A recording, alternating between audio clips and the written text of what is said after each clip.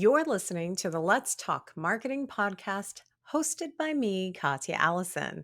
So, what have you gotten yourself into? A great question. In short, it's going to be a good time, a great conversation, and yep, there's going to be a little learning along the way.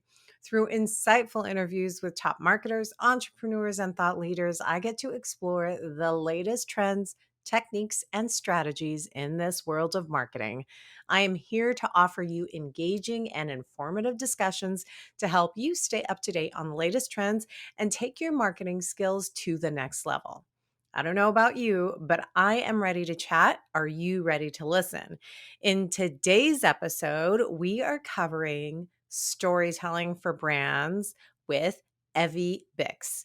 She is an inquisitive and resourceful marketing expert known for transforming common threads into impactful strategies that really drive rapid revenue growth.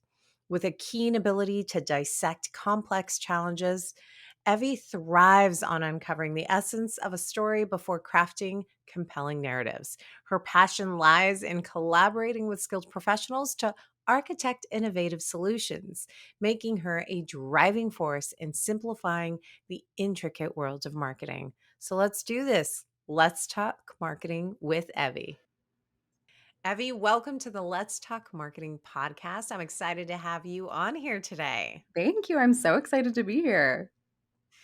And today, what we're going to dive into is storytelling. But Mhm. before we do that, because I feel like I could go down the rabbit hole already if I even tee that up, we want to be able to get to know you a little bit better. So I always like to start off with learning what was your first marketing role, and then we'll dive into what your current role is and Cool. what you would define as marketing. Because this is a question that I think is Oh, really geez. interesting. Is that there Mhm. are like these traditional getting started roles, but I don't know. Marketing is pretty broad. So what was your first marketing role? So I got into marketing very roundabout, very non-traditional background. I actually went to school for journalism. And ever since high school, I was like, I'm going to get into journalism. I'm going to start a magazine and it's going to be this like women empowerment magazine and still love that dream, not where I went, but I started in journalism and then the industry started changing a little bit. And I kid you not, the publication I was at started asking us about clicks on cat videos. And I was like, I'm out. I gotta pull the plug right here. So through my connections in journalism, though, I'd met a number of PR agencies. And so I kind of went over to the dark side, I say. So started in PR, and that's where I really started to learn about marketing. So it was PR marketing agency, a lot of pitching journalists, a lot of coming up with what is the story. You have to have that really good hook right from the get-go. And so I learned how to do that, but then also figuring out, okay, it was really dealing with small businesses. How does this small business stand out? And I'm Mhm. in Phoenix, it's a pretty big market. So working with these businesses and figuring out what's the story, what's the angle that's really going to help them stand out. There's a ton of really great restaurants. A lot of our clients were restaurant clients. There's a ton Mhm. of great restaurants in Phoenix. So what can we do for this one business to really get them to rise above the rest? And through that number of years doing that, some crazy stories. That's a whole other podcast. Putting a pin on that one for later. But that was kind of my gateway into marketing. And then I ended up at a food and beverage startup that was starting out here in Phoenix on the marketing team. And that's where I found that I really was able to take all these different skills that I'd learned from these different areas and put them all together into marketing. It was the story finding, the storytelling, looking at data to actually see, okay, what story is working where. And of course, there's a ton of marketing that has nothing to do with story, but Mhm. that's the side of marketing that I really fell in love with. I love that. And what are you doing now? So now I am doing a lot of consulting with brand and helping these businesses find the story that they really need to tell. You could call it strategic narrative, you could call it Mhm. storytelling, but finding that hook, that POV that's unique for that business. I love that. Now, in your just kind of current role as a consultant and executing that for brands, what do you love about what you're doing? But conversely, what would you, if you could just pluck it out and be like, it would be perfect if I didn't ever have to do this again. So let's start with the positive. Let's start with the positive. What do you love about what it is that you're doing right now? I love being able to dive into a business or an industry that I know absolutely nothing about and just get really deep very quickly. I love rabbit holes. That was one of the things that I loved about journalism was just, okay, you have to become an expert in this field that you Mhm. maybe have no experience in very quickly. How do you do that? And I've always, I mean, I remember being in first grade, and my first grade teacher told me, he's like, okay, you're great, very smart, great student. You have to stop distracting all the other classmates. You're talking with them too much. Oh my goodness, you and I would have been a pair in elementary Yes, school. yes. Great grades, but she talks too much. Right, and so I've always loved learning about people and learning their stories and learning what makes them tick and what makes them excited, and so being able to do that for businesses and then that helps them grow and help other people too, that's the best. I think it's like that natural curiosity, which lends Mhm. really well for anybody in journalism. Like, Oh, yeah. what's the next question that you ask? And most people ask this. I'm thinking probably because I'm hungry, but I'm thinking of it in like a cake, right? There's so many layers, Oh and I my think gosh. when you come to anything, especially in marketing, with when you approach it with curiosity, you're a 7-layer cake that just and the Yes. frosting and like and the decorations on top, you're like, "No, I Mhm. wanna see the whole thing," and most people Yes. will get, like, 1 or 2 layers deep, but, like, being able Mm-mm. to craft something, you have to get so much deeper. Every Now, last crumb. I could probably talk about the positive so much, but I wanna know what you would pluck out also of what you're currently doing, because we wanna be real. Yes, We can't love all the honestly, things. it is the admin side of things. Being I a had a feeling you were gonna say that. what makes you think that?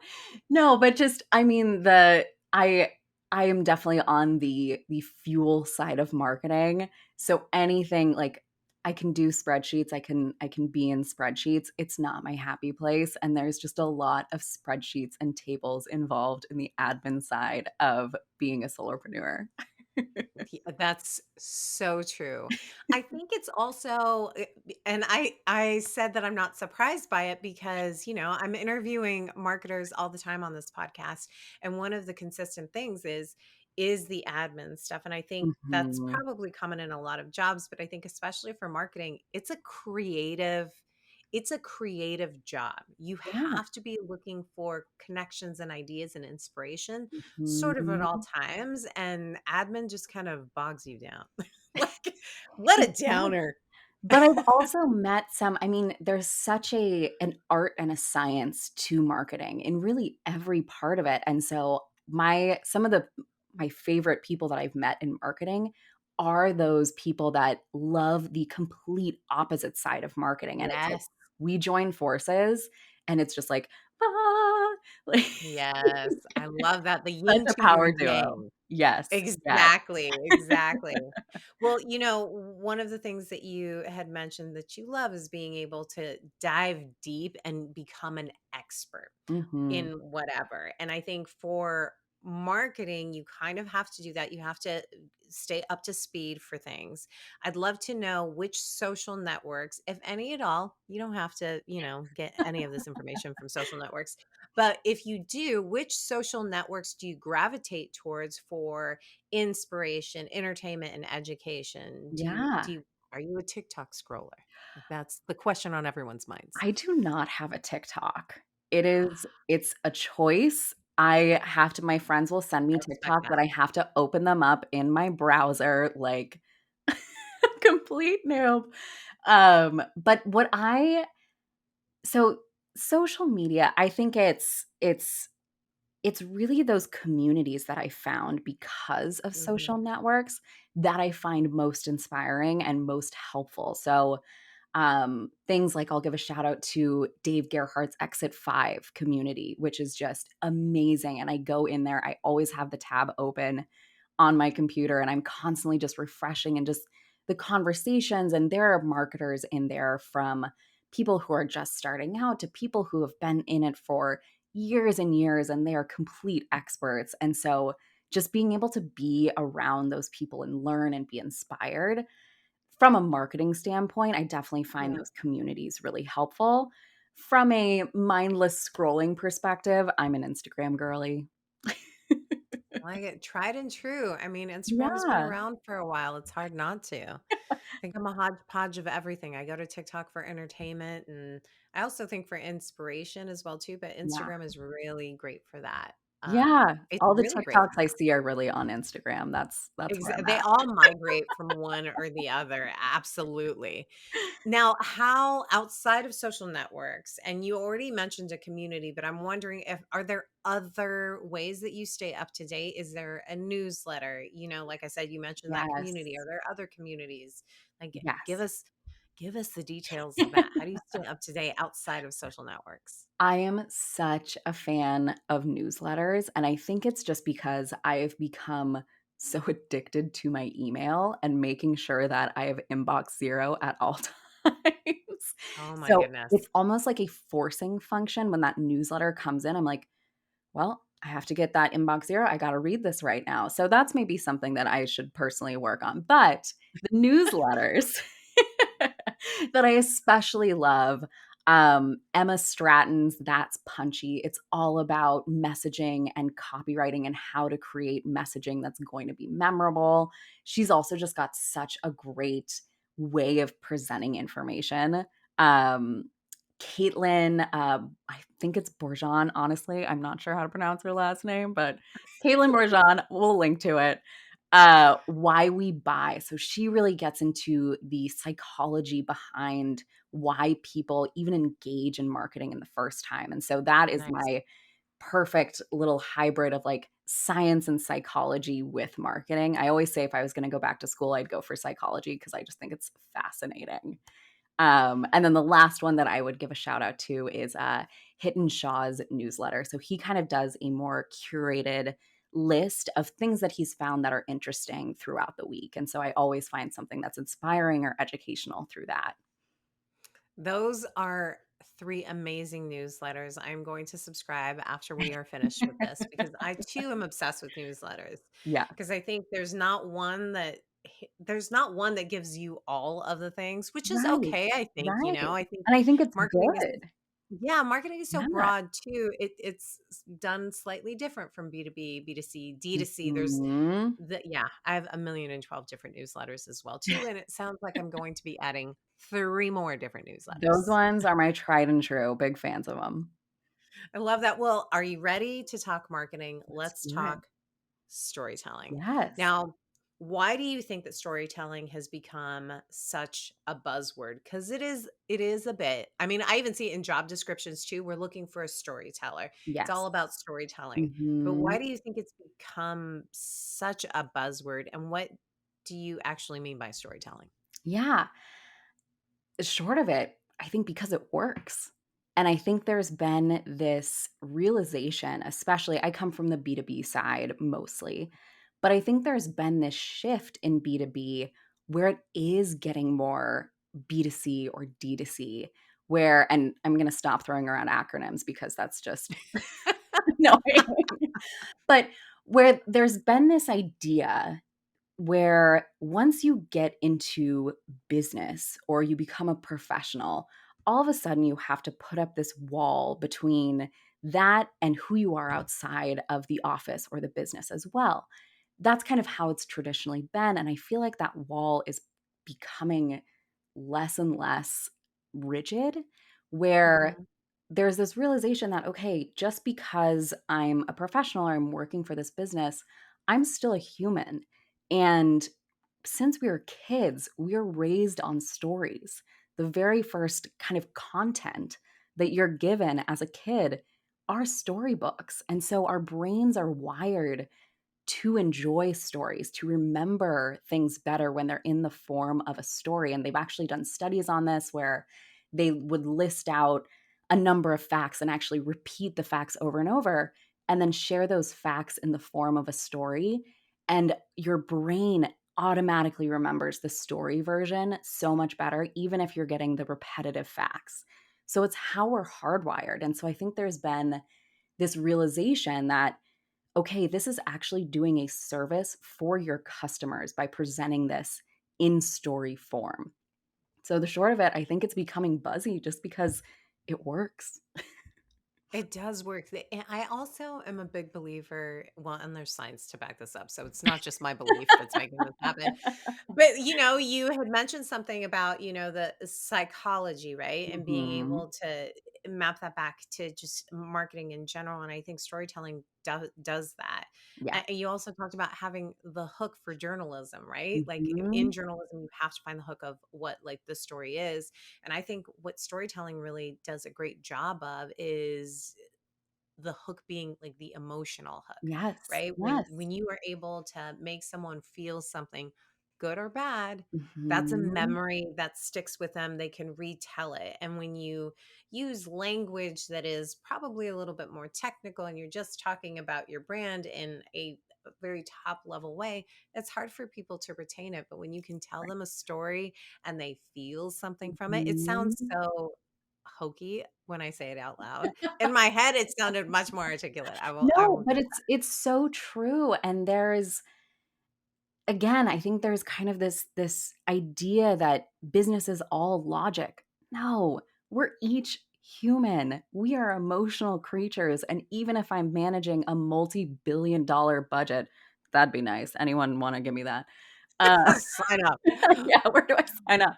But even if you have that kind of stake in the game, you're still making decisions based on emotion. Yes, you can have data Absolutely. and you can have sources that are really guiding you, but at the end of the day, we're emotional creatures and Yeah, stories are emotional.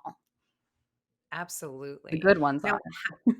I think the disconnect for some brands is, they could be listening and any marketer could be listening as well too and say, I'm bought in.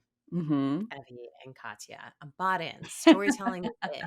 But what does that mean from the brand perspective? How do we translate storytelling for a brand? How do you even guide a brand when you're stepping in to help them build their story? Because I've heard it so many times. We don't have a consistent story. We don't have a consistent story. But how do Mhm. you even begin to develop that story? It feels like rocket science. I've seen this on the eyeballs of some people I've worked with.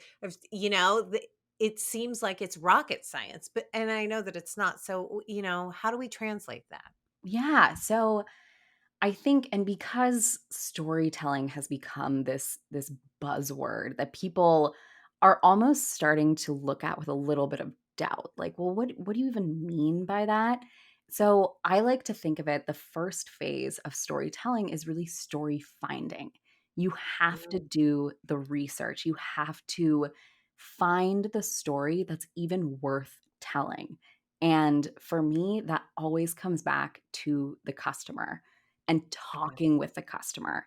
I'm seeing this hesitancy um, to like sit down and really get to know the customer. And I completely credit my journalism background with this. I'm like, get me in that room. I want to ask them questions. I'm so curious. I've got a list. Yes. Oh, always, always. But so I would say for brands that are looking to find the story, and I wouldn't even say it's just for brands. This could be for a product launch. This could be for a campaign. This could be for your website copy. It's starting with the customer. That's the person that you're trying to serve here and also the person that you're trying to lead through this journey to ultimately end in a sale. But you have to start with them and you have to understand what are they dealing with right now? What is the pain? What are they desperately trying to solve? And what I advise people to do is while you're having that conversation, just forget about your product or service for the time being. And that is Mm. so hard for people to wrap their heads around. But Yes. ultimately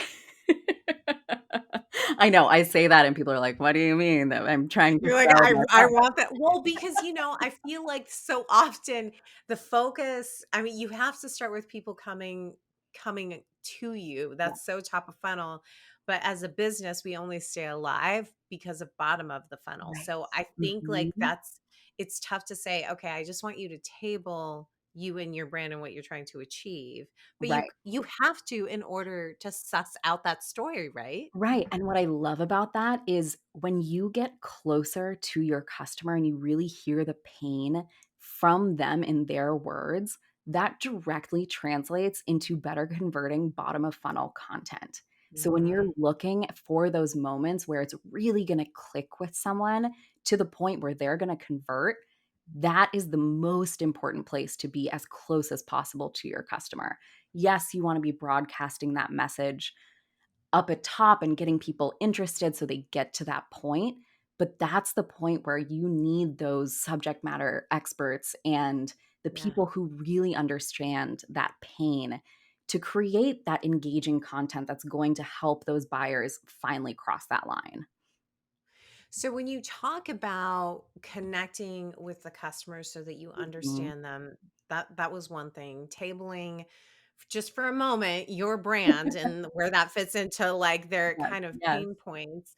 I'd love to hear your thoughts on what types of questions you want to ask them. And the reason that I'm asking that is because I think, well, I mean, I interview people all of the time. Yeah. I know that when you ask exactly what you're trying to get out of them, it's you don't get as much as you want, right? So I'm not Mhm. going to say what's your biggest challenge. Well, I probably will say that, but I think that there are a bunch of different supporting kind of follow-up Yeah. questions to really sort of unpack that and get them to really talk. So, what Mhm. kind of questions do you ask to get a better understanding of the customer's point of view? Yeah.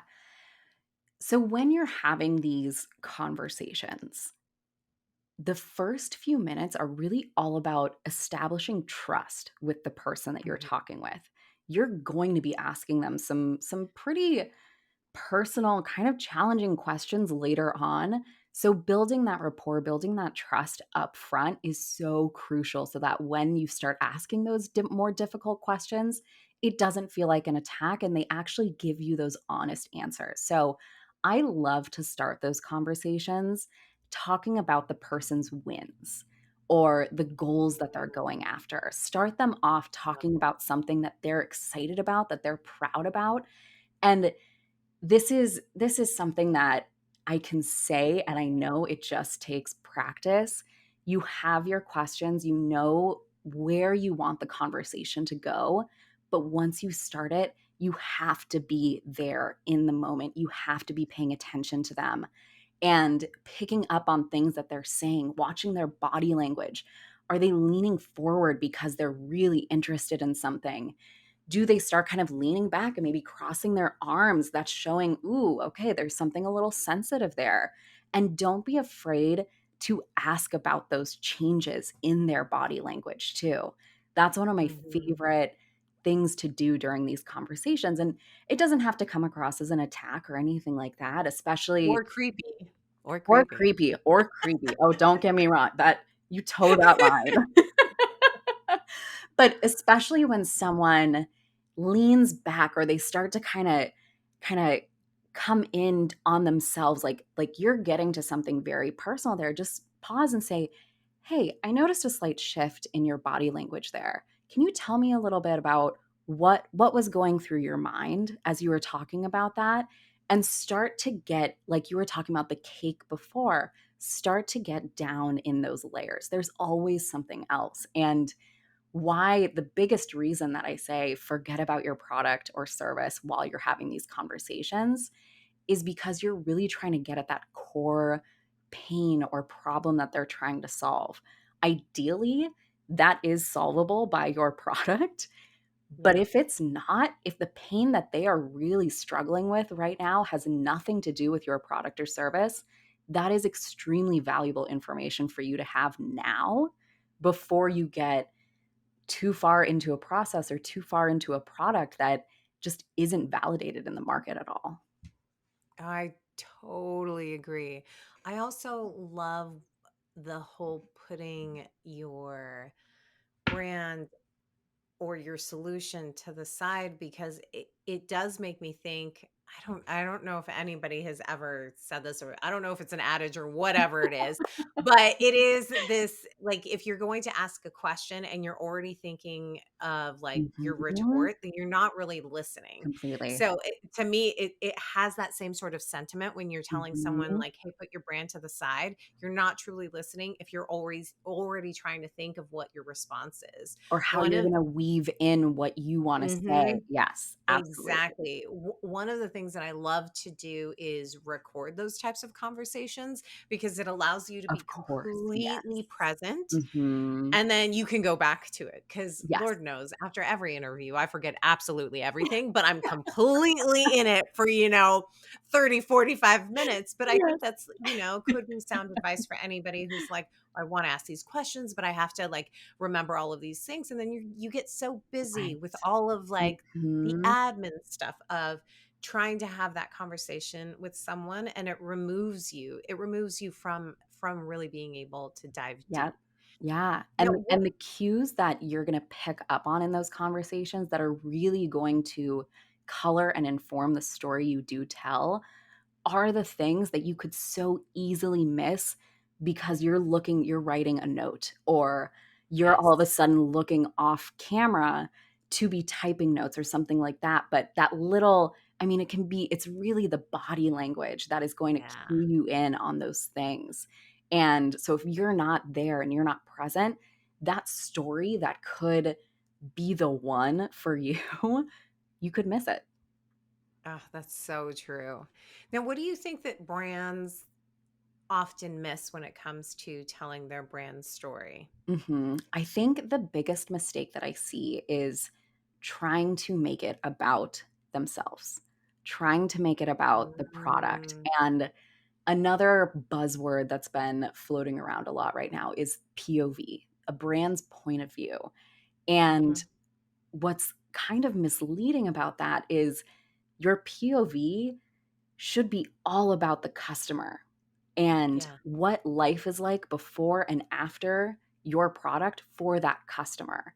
But it's your product is the minor character in that story that you're trying to tell. The customer really is that hero. And so figuring out, okay, what is their current life like? What is the situation?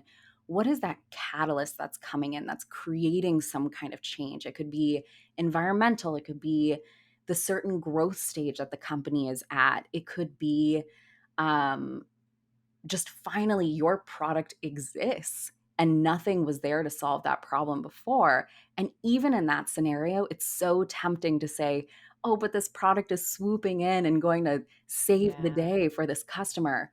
No, because customers don't care about your product ultimately. That's a really hard thing to say, but they care about their problems and their pains and finding solutions for that. And so I think the biggest mistake that I see is crossing that line and making that product or service or brand or company or whatever it is the hero instead of keeping that spotlight on the customer. I love that. And I read this book, Building Your Story Brand, which I'm obsessed Mhm. with. I've read Yes, it a million so and 12 good. times, right? And I think like in that book, I think it's in that book that he talks about really truly making your customer the hero in the story, and you Mhm. as a brand should be Yoda. Yes, If yes. we're looking, you should be there just kind of advising and The guide. bringing up a Yes. different point of view. Have you seen it this Mhm. way? And I think when you think of it in that way, in theory, it seems so easy, but I know that it is much more of a challenge because we are in a business.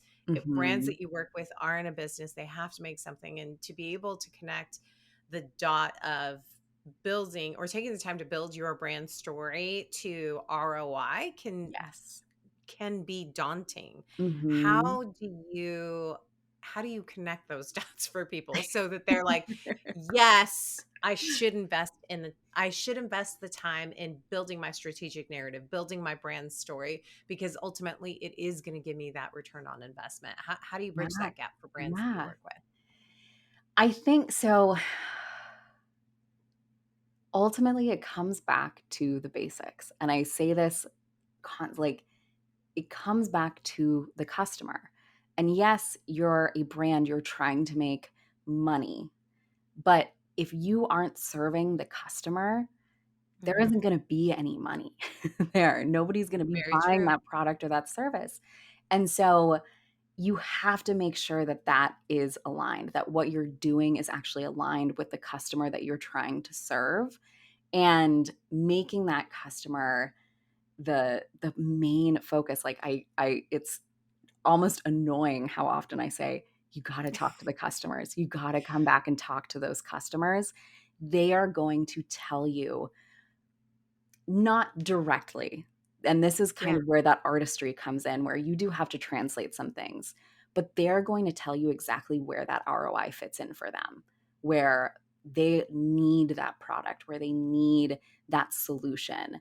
And then it's Yeah. on you to really translate that into something that is going to convey that for them, whether it is a piece of content or whether it's some thought leadership or something like that. But it really comes back to look at the customer, talk with the customer. There is no secret there. It's within the customer, and you just have to be able to get it out of them. Oh, that's so true. Well, I've got a couple more questions for you before Yes. we wrap up, but I want to make sure that we leave our listeners with some just kind of tips on how they can build their brand story. So, do you have some tips for me that Yes. we can share? Yes. So will come to no surprise. My first tip is, most of the time that you're working on this storytelling is going to be in research. It's going to Hmm. be talking with as many customers as you can. And I say that not because I think someone's actually going to sit down and talk with 300 different customers, but The time that would take, right, right? right. But it has to be a decent amount, and I would say around 20 is kind of the minimum that you want to be able to really draw that thread that is not just a couple different pieces of data. It's really something that's overarching, that's speaking to this audience as a whole. Hmm. But then you also want that amount, because it's one thing to be able to tell an abstract story that's based on the customer pain and is going to resonate with them. It's another thing to be able to tell a specific customer's story. And so the more customers that you can talk with, the better that common thread, the stronger Yeah. that common thread is going to be. But it's also more likely that you're going to find that one customer that can be that archetype for the story. And Okay. it's all about those details. You can tell when something is too vague to really be true. There Yeah. aren't the specifics behind it. And so if you can find that champion that is going to be that kind of named hero for your brand, you can use them to tell that story, it's going to be more powerful. So that's all to say, you got to talk to a lot of people. Yes, you do. You have to talk to a lot of people and ask the questions Mhm. to get through the layers. Right, right. That was gonna be my next tip is, again, look for those little cues in their body Mhm. language, in the tone of their voice. When do they start talking a little bit faster about things? That shows excitement. That shows, okay, maybe I wanna dig in a little bit there. So I would say, obviously, we're in a distributed remote world now. Definitely do video conversations. Phone is fine, it's better than nothing, but video, and ideally in person, that's the way to get those little cues and really get those good details that are gonna color that story for you.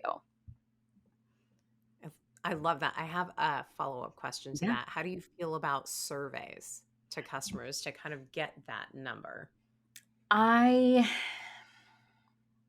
am torn about surveys. I would say for the foundational storytelling, it's gotta be one-to-one conversations.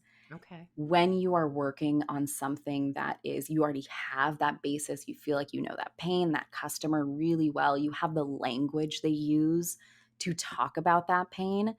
Okay, let's use surveys to kind of validate some broader ideas at a mass scale. But what is great about surveys, if you want to start that way, or maybe you have someone a little higher up that says, "Hey, I don't want you to spend the time on all these interviews. Let's just do a Yeah. survey." Okay, do that survey, get that data, but then reach out to some of those survey participants and ask them for a conversation, because that can be a way that you can get that mass amount of data that you need, but then you can get a few where you can really dig deep and kind of use them as representations for that other data set. I like that. So there is an effective way to leverage surveys Yeah. in this whole fact finding to share your story. But Mhm. I'm right there with you as well too. The one to one, that nothing beats really being able Absolutely. to dive into something. Mhm. I've always found that it's almost just about, like, to your point, being very aware of their nonverbal and verbal. When you find the right question that gets people to open up, it's Yes. amazing how much they're willing to Mhm. share with you. I Yes. love that. That to me is Yes. magic. My last tip that I would give is, in those conversations, don't be afraid of silence.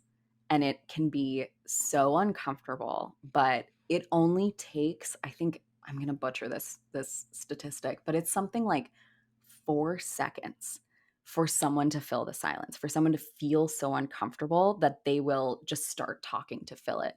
And so that was one of my favorite things to do in conversations is you ask a question, they answer, and then just sit. Just let them feel that silence, and most of the time, they will start filling it, and those are the moments where I found that I get better answers because they're starting to think like, "Okay, I said what I think she wants to hear. Oh, no, there's silence. Oh, well, how about this too?" And those are really the moments where I found that you get that nugget or you get something a little bit more interesting to dig into. Oh my God. I love that you said that, because I am also the queen of filling the silence. I am Anybody who knows me that's listening to this is probably laughing out loud, because I hate awkward silence. It is like this drive to, like, fill it. As an interviewer, I totally see that benefit, but I've also Mhm. been on that other end. This is probably why I overshare. There you go, folks. That is the That's answer. I beautiful overshare too. because of awkward silence. I love it, I love it, and then one more, I know we're running out of time, but this one I think is a really helpful tip, especially for smaller brands who maybe don't have a ton of resources. As you're developing that story, you've got the beginning, middle, and end, that catalyst, the resolution, all the different parts that make up a good story. Tell it to someone who has absolutely no stake in the game. They're not your ICP. They really have no idea what your product or service does. Tell them the story and see how they react. Because no, they're probably going Mm, to turn around and they're not going to become a buyer for you. But yeah. it's going to tell you, does that story resonate on a human level? Is there that emotion there? Do they understand the build, the climax, the resolution? And that will give you some very helpful feedback when you're actually at the point where you're forming that story, finding the right words to say, things like That's gotta be my absolute favorite tip. that. Yeah, it is my absolute favorite tip, and I'm so thankful that you have come on here, broken down storytelling, given us some tips and some insights on how to be better brand storytellers. I've got one final question for you, just to end cap a wonderful interview with you, is, if you knew then what you know now, what's the marketing advice that you give to yourself? Talk with your customers. I did not start my marketing career with this kind of conviction around this, but as I have matured and worked with more businesses, it is so clear to me that that is the secret to finding what your customers truly want, how they talk about it, and how they're ultimately going to resonate with your or relate to your brand and your product or service. I love that. That's great advice. Everybody who's listening, you can put your pens down, listen to the key takeaways at the end of it. Evie, thank you so much for coming on here and Thank just you for sharing having all of your me. insights. I really appreciate it. Awesome. Thank you so much. So, anyone that knows me knows that content is in my heart, meaning storytelling is in my soul. So, I had such a great time talking to Evie today. I've got your key takeaways. Here is the first one: prioritize customer centric storytelling. Evie really emphasizes the importance of customer centric storytelling, which I think is key.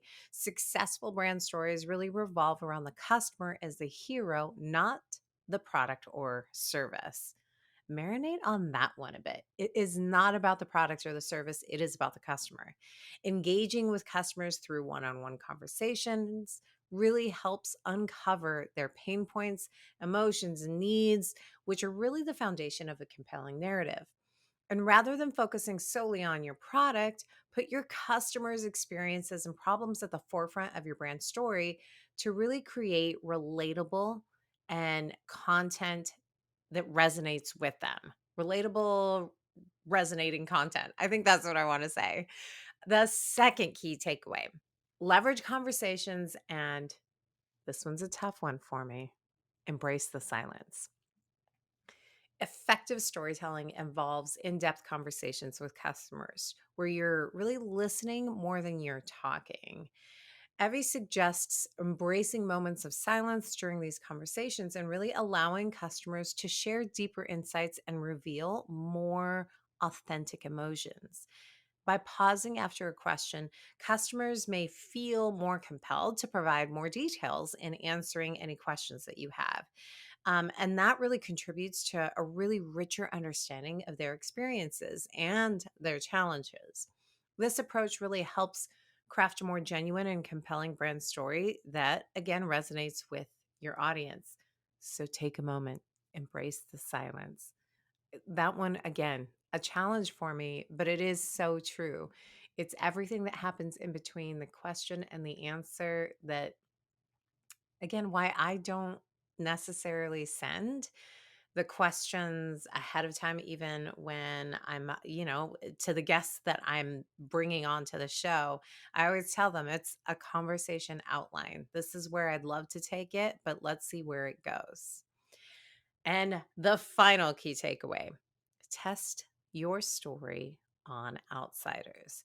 So, to really ensure your brand story resonates beyond your immediate audience, share it with individuals who have actually no prior knowledge of your product or your service. Their reactions are really going to provide valuable insights into how well your story communicates on a human level. Now, this exercise allows you to really gauge whether your narrative successfully conveys its core elements, beginning, middle, climax, and resolution, in a way that's going to be universally relatable. Adjust your story based on the feedback received to really create that narrative that captures attention and drives connection. I often find that when you're writing anything, whether it's a brand story or it's a blog, you always need that second set of eyes. If you are the person that's doing all of the research and you're writing it and you're putting it together and you're even reading it out loud is also a necessary step before you even, send it off to naked eyes, I guess I would I would call it, anybody that doesn't know your brand. But I think all of these elements, these key things are needed to really test your story.